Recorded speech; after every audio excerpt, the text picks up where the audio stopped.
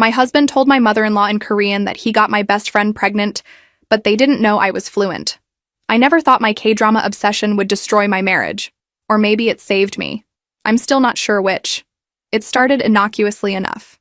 I was homesick from work, scrolling through streaming services, when I landed on this Korean drama about a prosecutor and a defense attorney.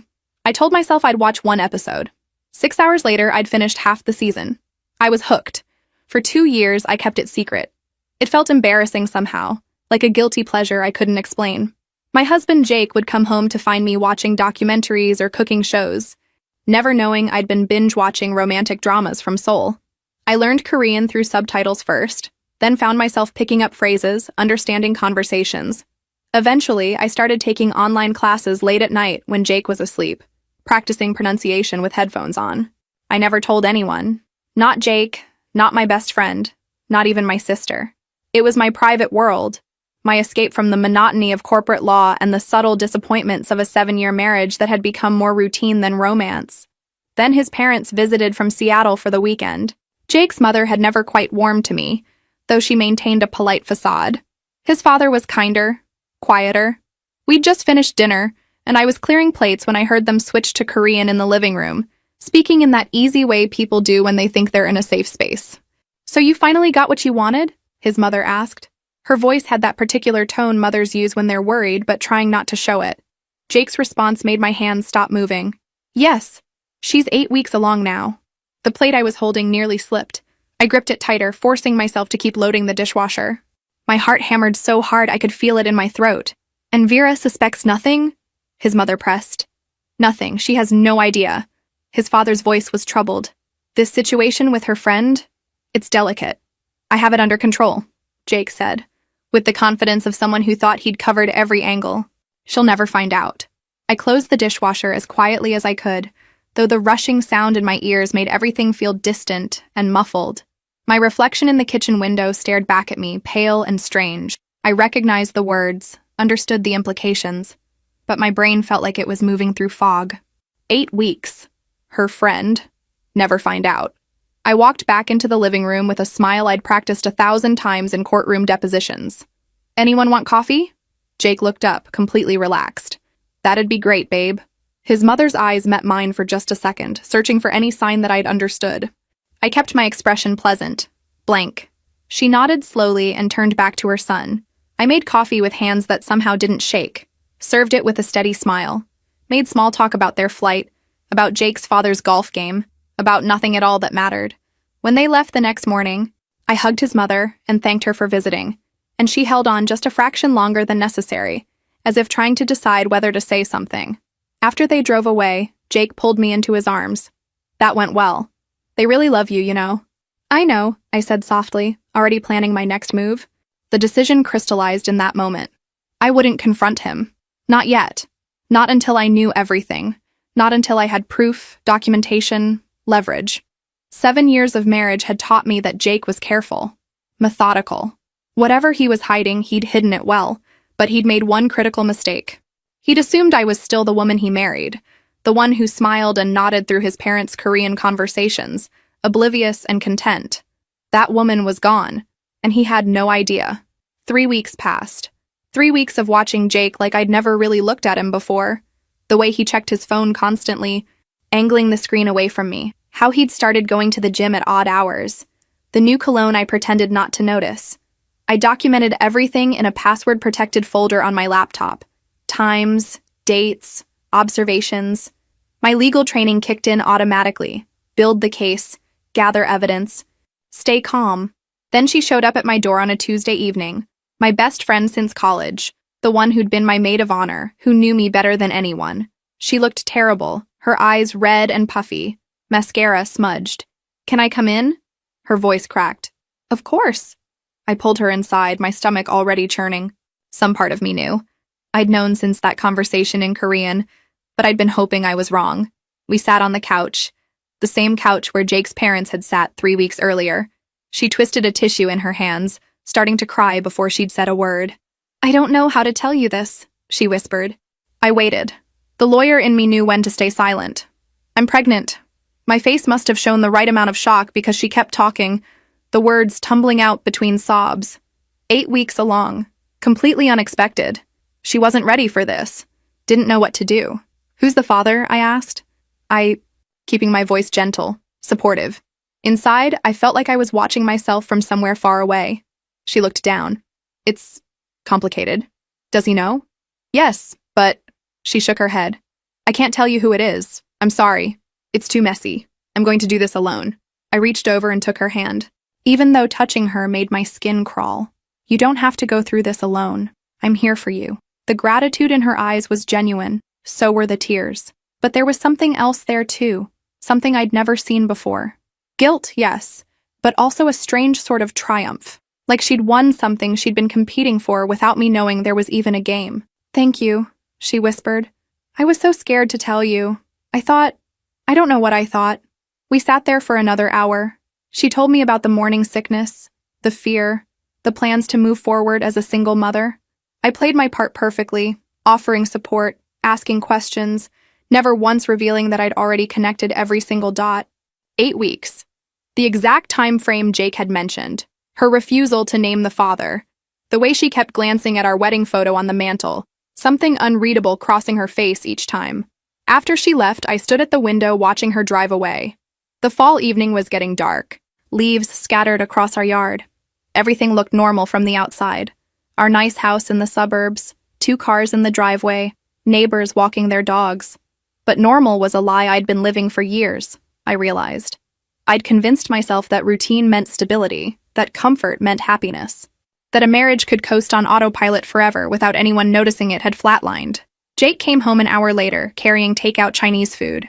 Hey babe, thought we could have a quiet night in? Perfect. I smiled at him. Actually, I have news. My best friend stopped by earlier. His expression didn't change, but I saw his shoulders tense just slightly. Oh yeah? How is she? She's pregnant. Can you believe it? I watched his face carefully. 8 weeks along. She won't say who the father is, though. Says it's complicated. Wow. He set the food down on the counter. How are you feeling about it? Shocked, obviously. But happy for her. I moved closer to him. I told her we'd support her however we can. I hope that's okay. Of course. He pulled me into a hug. Over his shoulder, I could see his reflection in the kitchen window. His eyes were closed and his jaw was tight. You're such a good person. Vera, he murmured into my hair, always taking care of everyone. I learned from the best, I said, and felt him relax against me. That night, lying in bed beside him, I stared at the ceiling while he slept, or pretended to sleep. I could no longer tell the difference. The man I'd promised forever to was a stranger. The friend I'd trusted with my secrets had betrayed me in the deepest way possible. But they'd also given me something. Clarity. Purpose. The cold, sharp focus I used in the courtroom when I knew I had the winning case. I just had to be patient enough to present it. The next 6 weeks, I became someone I didn't recognize. Or maybe I became exactly who I needed to be. The line blurred. I threw myself into the role of supportive friend with an intensity that should have been suspicious if either of them had been paying attention. I offered to go to prenatal appointments with my best friend, helped her research strollers and cribs, sent her articles about pregnancy nutrition. Every text message, every concerned phone call was calculated to make her trust me, to make her believe I had no idea. You're being so amazing about this, she said one afternoon as we sat in her obstetrician's waiting room. She was 12 weeks along now, just starting to show. I was worried you'd judge me for doing this alone. Why would I judge you? I squeezed her hand. You're one of the strongest people I know. She looked away, and I saw tears forming. Sometimes I wonder if I'm making a huge mistake, if I should just tell him he needs to be involved. The father? I kept my voice neutral. Do you want that? I don't know what I want anymore. She wiped her eyes.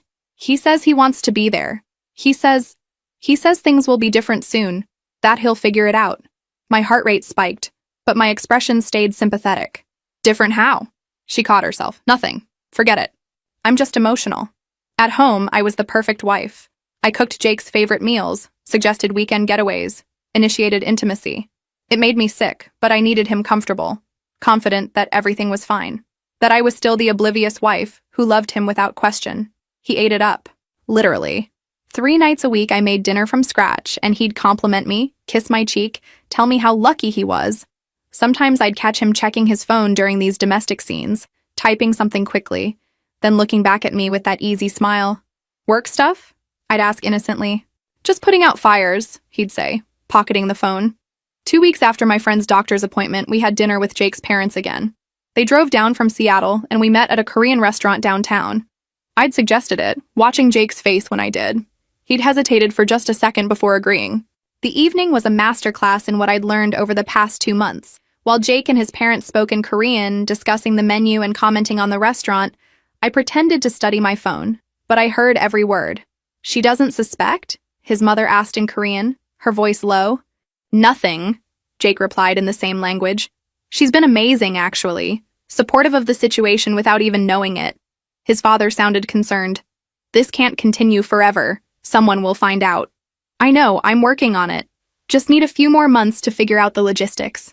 "And what about Vera?" His mother's tone was sharp now. "She's been nothing but good to you." "I know, Mom. I know." Jake sounded tired. "It's complicated." I looked up from my phone with a bright smile. "Should we get the bulgogi? I've heard it's amazing here." Jake's mother looked at me with something like pity. Or maybe guilt. I couldn't quite tell. "That sounds perfect," she said in English. Later that night, I downloaded a monitoring app onto Jake's phone while he was in the shower. It wasn't legal exactly, but I'd found a gray area. The app would clone his messages to a cloud account I could access. It would take a few days to start populating data, but I could wait. I'd become very good at waiting. The next weekend, I suggested we visit my friend, bring her dinner and baby gifts. Jake agreed immediately, too enthusiastically. We showed up with takeout and a bag of maternity clothes I'd bought. "You guys are too much," she said, but she was smiling. Looking at Jake just a little too long. Looking at me with that combination of gratitude and guilt that I'd learned to recognize. We sat in her living room, and I watched them try so hard not to watch each other. The way their eyes met when they thought I wasn't looking. How he touched her arm when he handed her a glass of water. Just a second too long. How she blushed and turned away. "This is nice," I said, smiling at both of them. The three of us together, like old times. The irony hung in the air, invisible to them, perfectly clear to me. That night, driving home, Jake reached over and took my hand. "Thanks for being so good to her." "I know this situation is strange. She's my best friend," I said simply. Of course I'd help her. Still, not everyone would be so understanding about their friend having a baby as a single mom. I looked out the window at the passing streetlights. Everyone deserves support, no matter what choices they make. He squeezed my hand, and I let him, counting down the days until I had everything I needed. The monitoring app started feeding me data within 48 hours. I'd access it at work, locked in my office with the door closed, scrolling through messages that confirmed everything. "Can't wait to see you tomorrow. She's working late." I hate lying to her. "When can we stop pretending?" "The baby kicked today. Wish you could have felt it." Each message was a small death, but I saved every single one. Screenshots automatically uploaded to a secure cloud account. Evidence. Protection. But I needed more than messages. I needed proof that would hold up anywhere. So I hired a private investigator, using money from an account Jake didn't know about. I'd opened it 3 years ago, something that had seemed paranoid at the time but now felt like prophecy. The investigator's name was Quinn. She was in her 50s, professional, discreet. We met at a coffee shop 2 towns over. "How long has this been going on?" she asked, taking notes. "At least 3 months that I know of. Probably longer." "What do you need from me?" "Everything. Documentation, photos, timeline. I'm a lawyer. I know what will matter in court." She nodded. "This isn't my first divorce case. I'll be thorough." "She's pregnant. The baby is his." "Do you want me to document that connection?" "Yes, but carefully. I don't want either of them to know they're being watched yet." "They won't." Over the next month, Quinn sent me regular updates. Photos of Jake's car outside my friend's apartment at odd hours. Credit card receipts from hotels. A timeline that stretched back 8 months, not 3. They'd been careful, but not careful enough. The most damaging evidence came from the messages I was collecting, including deleted conversations they thought were safe. "I love you. I've loved you since college. I should have married you instead." Once I've told her, "We can finally be together." "What about the house?" "My lawyer says it'll be split, but I'm okay with that. You're worth it." I read that last message 3 times, sitting in my car in the office parking garage. My lawyer. He'd already started planning his exit, his new life. While I'd been making him dinner, he'd been strategizing how to leave me. The anger was a living thing inside me, but I channeled it into action. I opened a separate bank account at a different institution, started transferring money in small amounts that wouldn't trigger alerts. Not stealing, just protecting what was mine. I removed my grandmother's jewelry from our safe deposit box, along with important documents, stored them in a safe deposit box at another bank, one in my name only. I made copies of tax returns, investment statements, property deeds, everything that showed what we owned together, what I was entitled to. "You're better at this than most of my clients," Quinn said during one of our meetings. "Most people are too emotional to think strategically." "I'm emotional," I admitted. "I'm just good at waiting to fall apart." At home, the charade continued. Jake had started dropping hints about changes coming, about maybe wanting to move somewhere new, start fresh. "What brought this on?" I asked one evening, as we sat on the couch. "Just thinking about life, about what we want. If this is really it for us." The words hung there, and I could see him working up to something, testing the waters. "Are you happy, Vera?" he asked quietly. It was the first honest question he'd asked me in months. I thought about lying, maintaining the illusion, but something in me couldn't quite manage it. "I thought I was," I said carefully. "But lately I've been wondering if happy is the same as comfortable. If maybe I've been settling." He looked surprised, like he'd never considered that I might have doubts too. "Have you thought about what you'd want? If things were different?" "Freedom," I said, and meant it. "I think I'd want to feel free again." He nodded slowly. "Yeah, I get that." We sat in silence for a while, and I realized this was the most honest conversation we'd had in years. Both of us circling around the truth, neither brave enough to say it directly. But I didn't need him to be brave. I just needed him to stay complacent while I finished building my case. That night, after he fell asleep, I logged into the cloud account and reviewed everything. Messages, photos, financial records, timeline documentation. Quinn's reports were meticulous. The case practically built itself. But I wasn't ready yet. There was still one more piece I needed. One final, undeniable proof that would end any argument about whose baby she was carrying. And I was getting close to figuring out how to get it. She was 18 weeks along when she decided to have a baby shower. Early, but she wanted to celebrate before she got too uncomfortable. I offered to help plan everything. "You don't have to do all this," she said as we addressed invitations at her apartment. "I want to," I assured her. She smiled, one hand on her bump. "I keep thinking he'll want to be here, that he'll change his mind about staying hidden. Would you want that?" "I don't know anymore. Sometimes I think about just telling everyone, but it's too complicated. Too many people would get hurt." The shower was at a restaurant with a private room. 20 women showed up, friends and family, all cooing over baby clothes and tiny shoes. I'd chosen my outfit carefully. A blue dress Jake once said brought out my eyes. I wanted to look good. Jake stopped by, supposedly just to drop off a gift. But his timing was perfect, right when he'd texted me saying he had a client meeting. Another lie. "I won't stay long," he said, handing my friend a wrapped box.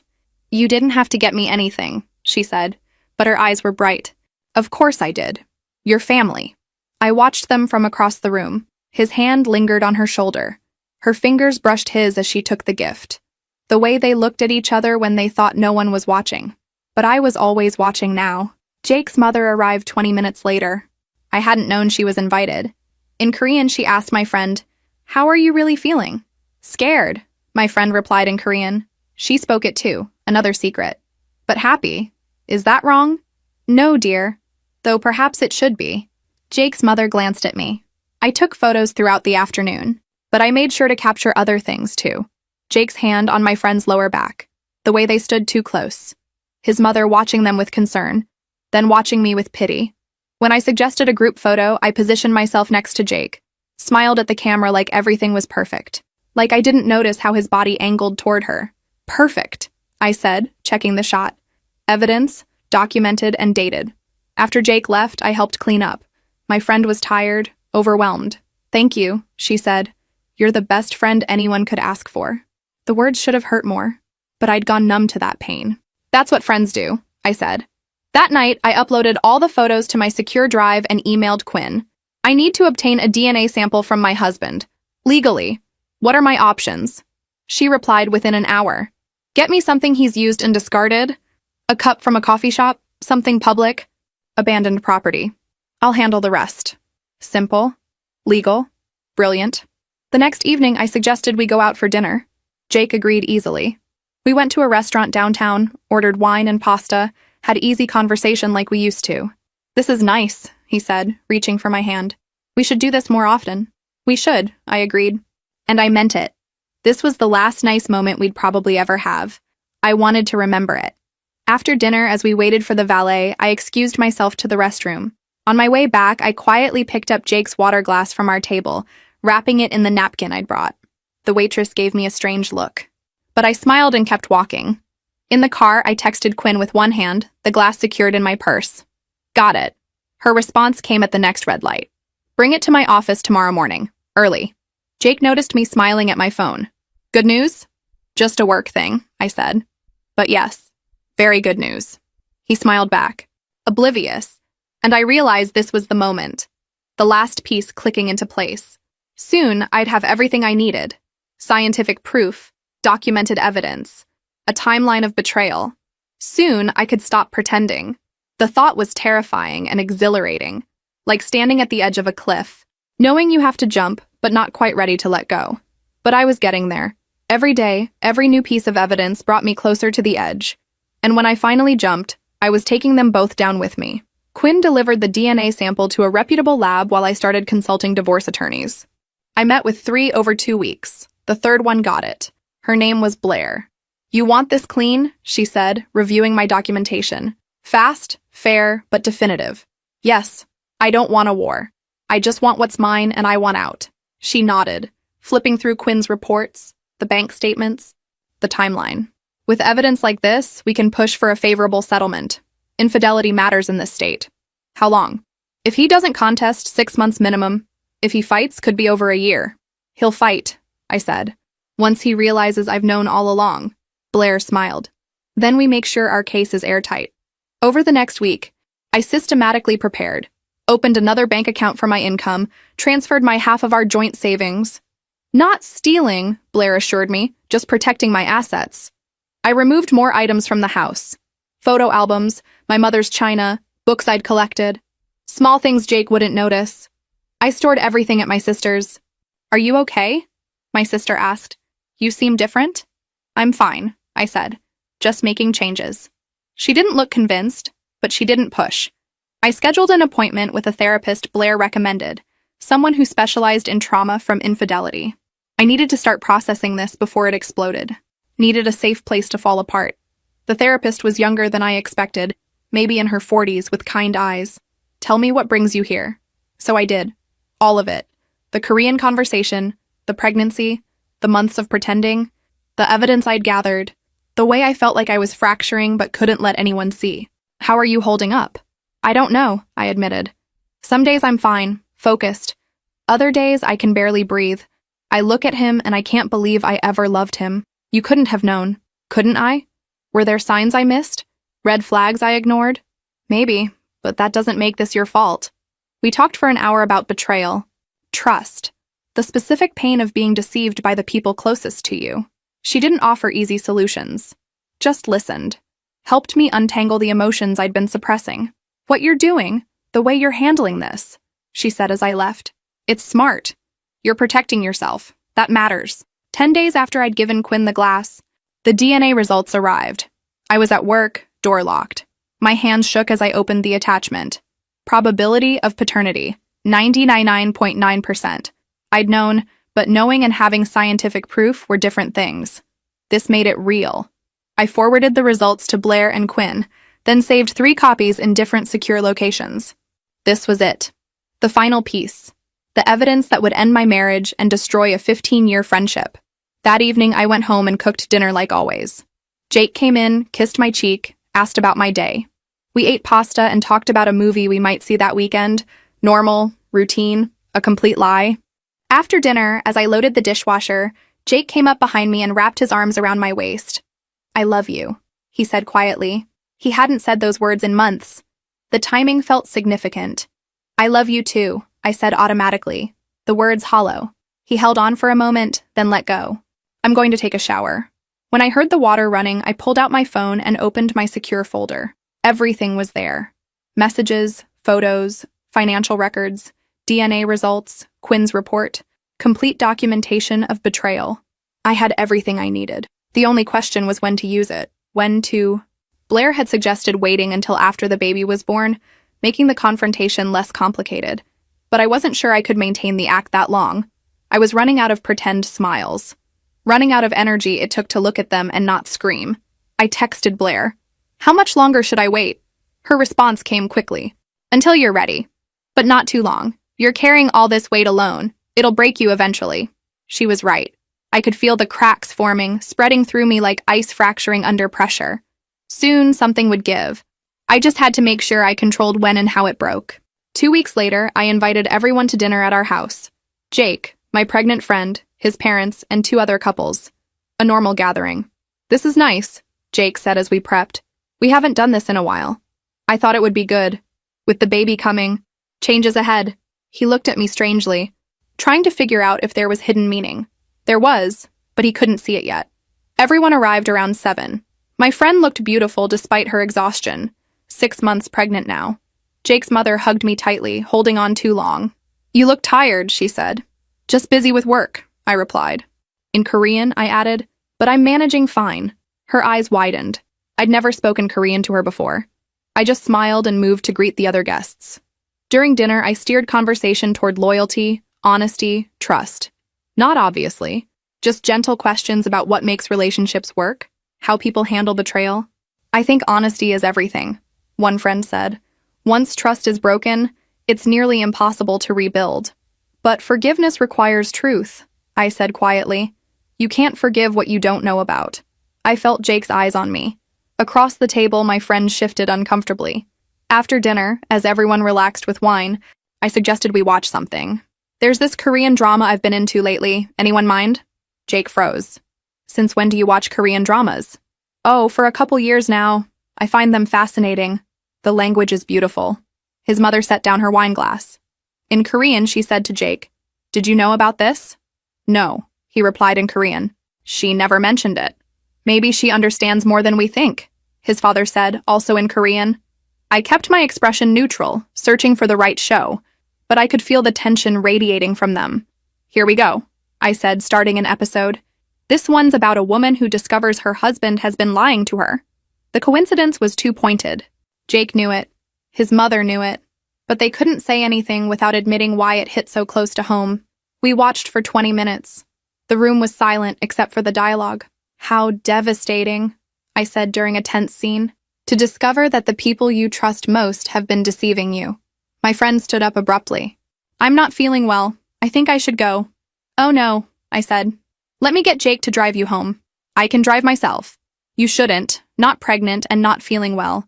Jake, can you make sure she gets home safely? I watched the panic in both their eyes. Being alone together right now, with this new uncertainty, was the last thing they wanted. Of course, Jake said stiffly. After they left, I made coffee and dessert. Jake's mother approached me in the kitchen. How long? She asked in Korean. How long what? I replied in the same language. How long have you known? Since the day you visited in September.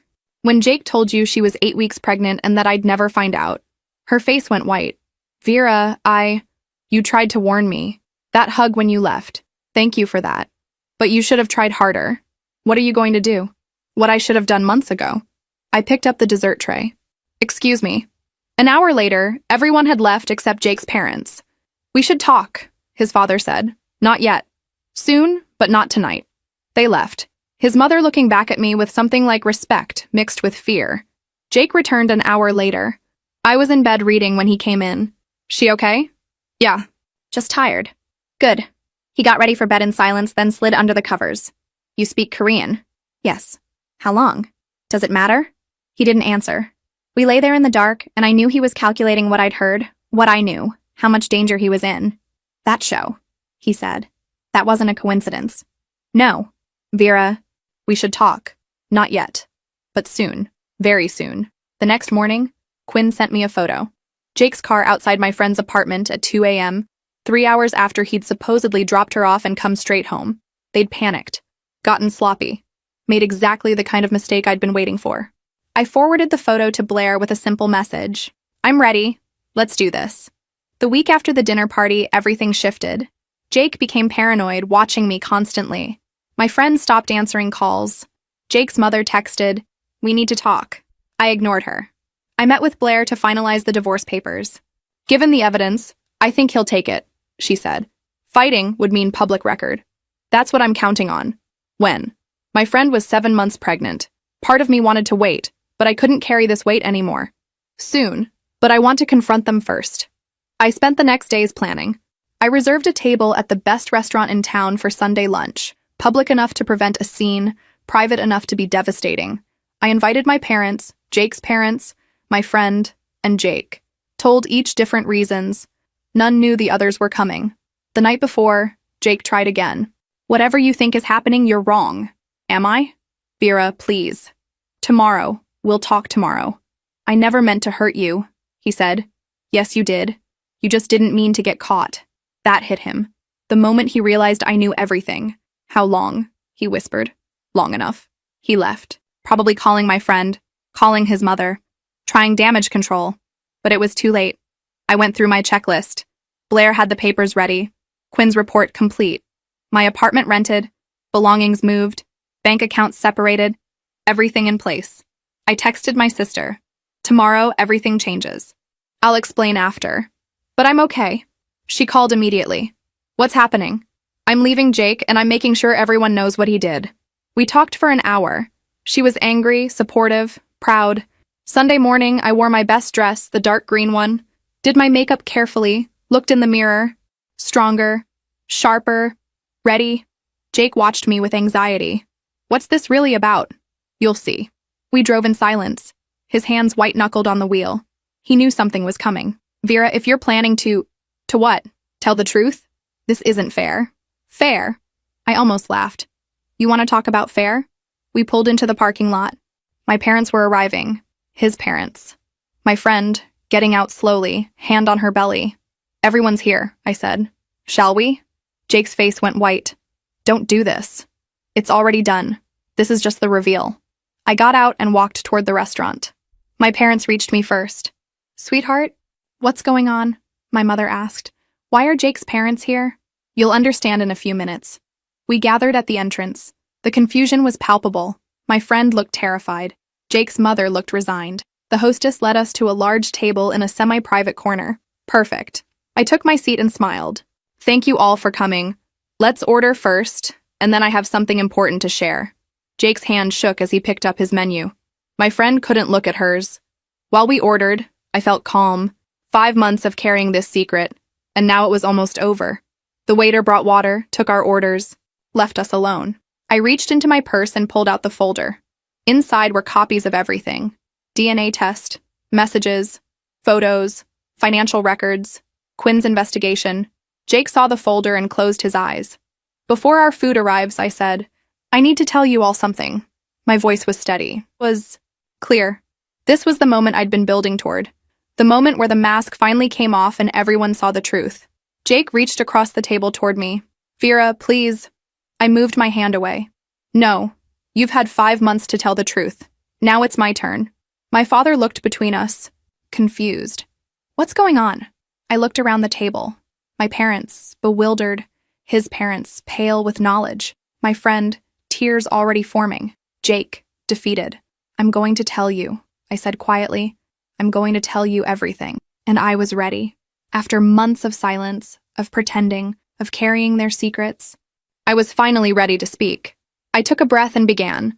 For the past 2 years, I've been secretly learning Korean, I said, looking at Jake's mother. Every conversation you thought was private, I understood every word. She nodded slowly. She'd suspected. That's how I found out in September. Jake told you his girlfriend was 8 weeks pregnant? That I'd never find out. I turned to my parents. The girlfriend is sitting at this table. She's carrying his child. My mother's hand flew to her mouth. My father's face went red. I pulled out the first document. This is a DNA test. It shows 99.9% probability that Jake is the father of my best friend's baby. I placed copies in front of everyone. My friend started sobbing. Jake sat frozen. I've known for 5 months. I've spent that time documenting everything. Every lie. Every secret meeting. Every hotel receipt. I pulled out more papers, messages, photos, financial records. They've been together for at least 9 months, planning their future while I played the supportive wife and caring friend. My father stood. Jake, is this true? Jake's voice was barely a whisper. I never wanted it to happen this way. How did you want it to happen? I asked. When were you planning to tell me? Or were you just going to keep lying? I was going to tell you. I just needed time. Time for what? To cover your tracks? You already consulted a lawyer. I have proof. I turned to my friend, crying so hard she could barely breathe. 15 years of friendship, you were my maid of honor, and you still did this. I'm sorry, she whispered. I didn't mean for it to happen. Yes, you did. You've been in love with him since college. I found your old journals when I was moving my things. You wrote about him constantly, about how I didn't deserve him. She looked shocked. I had keys, remember? I used them to gather evidence. This wasn't accidental. You pursued him deliberately. Jake's mother spoke. Vera, we are so sorry. You were protecting your son. I understand. What I don't understand is how he could do this. I pulled out the divorce papers and placed them in front of Jake. These outline our settlement. Fair, given the circumstances. You have 1 week to review and sign. If you don't, I file in court and all of this becomes public record. Jake picked up the papers with shaking hands.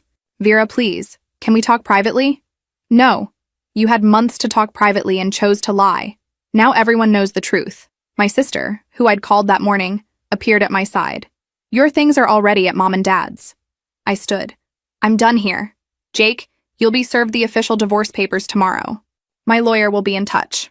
I looked at my friend one last time. I hope he was worth it. I hope the life you've built on lies makes you happy. But when someone shows you they're capable of betrayal, believe them. I turned to my parents. Can we go? My mother was already standing. My father put his arm around me. As we walked toward the exit, Jake called after me. Vera, wait, please. I stopped but didn't turn. There's nothing left to say. You made your choice, now live with it. I walked out into the sunlight. Behind me, chaos. My friend's sobs. Jake's mother speaking rapidly in Korean.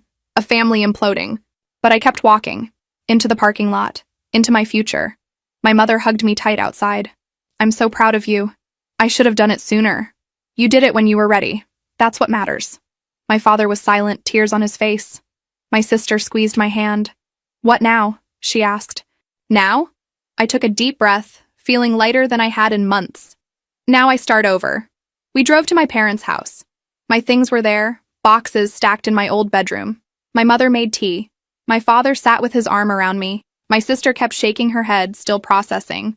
How did you stay so calm? She asked. For 5 months? I had to. I needed the evidence. I needed to be smart about this. And the Korean? You really learned it without anyone knowing? I watched a lot of dramas. I smiled for the first time that day. Never thought they'd be the thing that saved my marriage. Or ended it, I guess. My phone started buzzing. Jake calling. Then my friend. Then Jake's mother. I turned it off. They'll try to fix this, my mother said. They'll apologize, make promises. I know, but I'm done. Some things can't be fixed.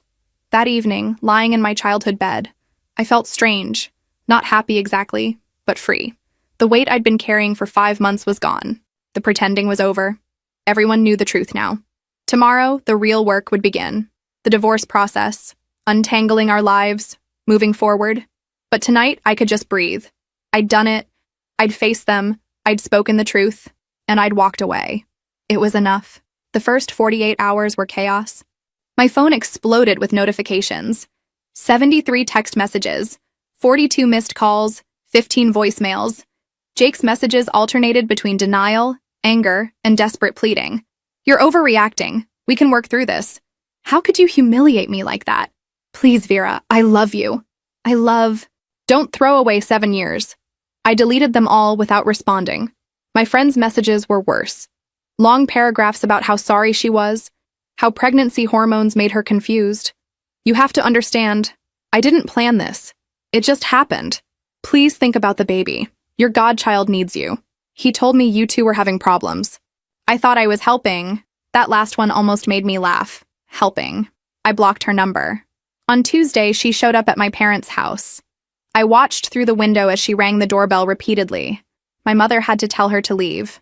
She's not ready to see you, my mother said firmly, and I don't know if she ever will be. Please, just let me explain. There's nothing to explain. You know what you did. My friend broke down, sobbing on the porch until my father came out. She left a handwritten letter that I tore up without reading. Jake's parents tried differently. They sent flowers with a card in English and Korean, apologizing. Jake's mother left a voicemail. Vera, I am so sorry. I should have told you immediately. You deserved better. You deserved the truth. I saved that voicemail, the only genuine apology I'd received. Blair called Tuesday evening. Jake signed the papers. Already? He knows he has no leverage. Fighting would cost more, both financially and in reputation. So it's done? In 6 months. That's the mandatory waiting period. But yes, essentially done. 6 months. Half a year until I was officially single. Jake tried once more Wednesday. He showed up at my office. I gave him 5 minutes in a conference room. He looked terrible. "I'm sorry," he said. "I never wanted to hurt you. But you did, repeatedly, for months. I know I was a coward. I should have ended things with you first. But I thought—" He stopped. "I don't know what I thought. You thought you could have both, the stable marriage and the exciting affair." He nodded, unable to meet my eyes. "How did you stay so calm? For all those months?" "Because I had to. Because falling apart would have given you control. I deserve that." "Yes, you do." I stood. "Is there anything else? Are you okay?" "I will be. Eventually." I walked toward the door. "Goodbye, Jake." "Vera?" "Wait." He grabbed my arm, then let go when I stiffened. "I want you to know, I did love you. That's the saddest part," I said quietly. "I don't think you ever really did. You loved the idea of me, the stability, but you never loved me enough to be honest. And that's not love at all." I left him there and went back to work. Later, in the bathroom, I cried for 5 minutes. Then I washed my face and returned to my desk. That evening, my therapist asked how I was handling everything. I'm angry. Not at them being together, but at the lies. At being made to look like a fool. Those are valid feelings. I keep thinking about signs I missed. Ways I could have prevented this. You couldn't have prevented this. They made their choices. All you can control is how you move forward. Moving forward. What did that look like? By Friday, 1 week after the restaurant, the messages had mostly stopped. Jake had moved into a rental. My friend had stopped contacting me. Jake's parents had given me space. The chaos was settling. The dust was clearing. I was still standing. That night, my sister came over with wine and takeout. We sat in my childhood bedroom, surrounded by unpacked boxes. "Do you regret how you did it? The public confrontation?" I thought carefully. "No. They made me complicit in their lies by keeping me in the dark. I needed everyone to know the truth. I needed witnesses." "Fair enough." She poured more wine. "What's next?" "Next, I find an apartment. Get settled. Focus on work. Eventually, figure out who I am outside of this marriage." "You're going to be okay," she said. "Better than okay." I wanted to believe her. Some days I almost did. The divorce process took 3 months. Blair handled most of it, but I had to be present for key moments. Jake's lawyer tried contesting some terms initially. Blair shut that down by threatening to make everything public. After that, they stopped fighting. The judge reviewed everything in a closed hearing. The messages, photos, DNA test, financial records. She didn't seem shocked. "Mr. Cooper," she said, "given the evidence, I'm approving the settlement as written. You should consider yourself fortunate." He nodded, staring at his hands. I felt nothing. The final decree would be issued in 6 months, but the hard part was done. Clean, final. My friend tried suing me for invasion of privacy. Blair destroyed the case in the first hearing, proving everything was obtained legally. The suit was dismissed. 2 months after the restaurant, she found me at the coffee shop where I worked Saturday mornings. 8 months pregnant now, moving slowly, looking exhausted. She sat down without asking. "I need to tell you the truth. The real truth. I know the truth. Not all of it." She looked down at her coffee. "I've been in love with Jake since college. Since that summer when the 3 of us were inseparable. I know. I found your journals. But you don't know why. You don't know what it was like watching you two. You had everything so easy. The law degree, the job, the perfect family, the perfect life, and him. I felt something cold settle.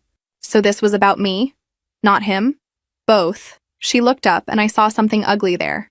"I wanted to prove I could be chosen, that I wasn't just your sidekick, your supporting character. I wanted someone to choose me over perfect Vera. So you destroyed a marriage to prove a point? I thought he loved me. I thought once you knew, he'd leave you and we'd be together, that I'd finally have what you had. And how's that working out?" She laughed bitterly. "He barely calls, says he needs space. The baby's due in 3 weeks and I don't know if he'll be there." I should have felt satisfaction, but I just felt tired. "What did you expect? You saw what he's capable of. I thought I was special. You weren't. You were just convenient. Now you're stuck raising his child while he figures out his next move." She started crying. "I ruined everything. I lost you. I lost myself. For a fantasy. for an idea of a life you thought you wanted. I stood. I can't forgive you. Maybe someday, years from now, but not today. I understand. No, you don't. You don't understand what it's like to have your best friend betray you like this. I did love you, she whispered. That part was real. Then you have a strange way of showing love. I left her there and didn't look back. The final court date came 3 months after that. Jake and I sat on opposite sides. He'd lost weight, looked older. The judge signed the papers. 7 years of marriage dissolved. We walked out separately, no final words. Just an ending. Blair met me outside. How do you feel? Free, sad, relieved, angry, all of it. That sounds about right. She handed me a folder. Keep it somewhere safe. In case he tries something? In case you need to remember you did the right thing, that you were strong enough to choose yourself. That night I went back to my apartment. 1 bedroom, hardwood floors, east-facing windows. Mine. Just mine. No shared space, no joint decisions, no compromises. I poured wine and sat by the window, watching city lights. My phone buzzed. My sister. Heard it's official. How are you? I'm okay. Really okay. And I was. Not healed entirely, but okay. I'd survived the betrayal, the confrontation, the divorce. Changed, but not broken. The woman who'd married Jake 7 years ago was gone. The woman who'd trusted blindly, who'd settled for comfortable, who'd ignored her instincts. In her place was someone harder, someone who knew her worth, someone who'd learned that sometimes the strongest thing is walking away. I thought about Jake occasionally, about my former friend, about the baby that would be born into this mess. But I didn't dwell. They'd made their choices. They'd live with consequences. And I'd live with mine. Building something new, something true, something that belonged only to me.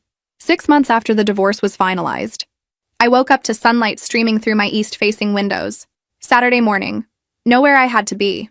I made coffee and stood at the window watching the city wake up. This view felt like mine in a way the old house never had. Every piece of furniture I'd chosen, every book on the shelf I actually wanted to read. No compromises, no shared space that never quite felt like home. Work had been exceptional. Without the emotional drain of a failing marriage, I'd thrown myself into cases with renewed focus. 3 months ago, I'd made junior partner, youngest in the firm's history. My name was going on the letterhead. Yeah. My phone buzzed. My Korean language instructor at the community college. Don't forget, conversation practice tomorrow at 2 Junbidwe Soyo. I smiled and typed back in Korean. Ready. Learning Korean had stopped being a secret shame and started being something I was proud of. I'd joined a K-drama discussion group. Made friends with other students. Next month, I was finally going to South Korea. 2 weeks, just me, exploring Seoul and everything I'd seen in shows for years. My parents said I seemed lighter now. My mother commented she hadn't realized how much I'd been shrinking myself to fit into that marriage until she saw me expand out of it. The doorbell rang. My sister with coffee and pastries. Breakfast delivery, also news. Ran into someone at the grocery store. My former friend. How'd she look? Tired, alone. Baby's 3 months old. Jake sees the kid every other weekend. No relationship. No happy family. I sipped my coffee, trying to find satisfaction in their unhappiness. But mostly, I felt nothing. I genuinely don't care what happens to either of them anymore. That's growth, my sister said. We ate breakfast and talked about her kids, my trip, a movie she wanted to see. Normal things, life things, nothing to do with betrayal or the past. Later, I went to therapy. 6 months of weekly sessions had helped me understand my patterns, recognize where I'd ignored my needs. How are you feeling about the Korea trip? My therapist asked. Excited, like I'm honoring the thing that accidentally saved me. The dramas led you to learn Korean, which let you understand the truth. There's poetry in that. Sunday morning, conversation practice. 6 of us in a coffee shop, chatting in Korean about our weeks and favorite shows. One guy, about my age, smiled at me a lot. I smiled back. After class, he asked if I wanted to get lunch sometime. I said yes. Not because I was ready for anything serious, but because I was open to possibility. Ready to start from honesty instead of compromise. That evening, I video called my parents. They looked happy, lighter too. You did a hard thing, my father said. Not just leaving, but the way you handled it. With evidence and planning and strength. I learned from the best. After we hung up, I sat with wine and thought about the past year.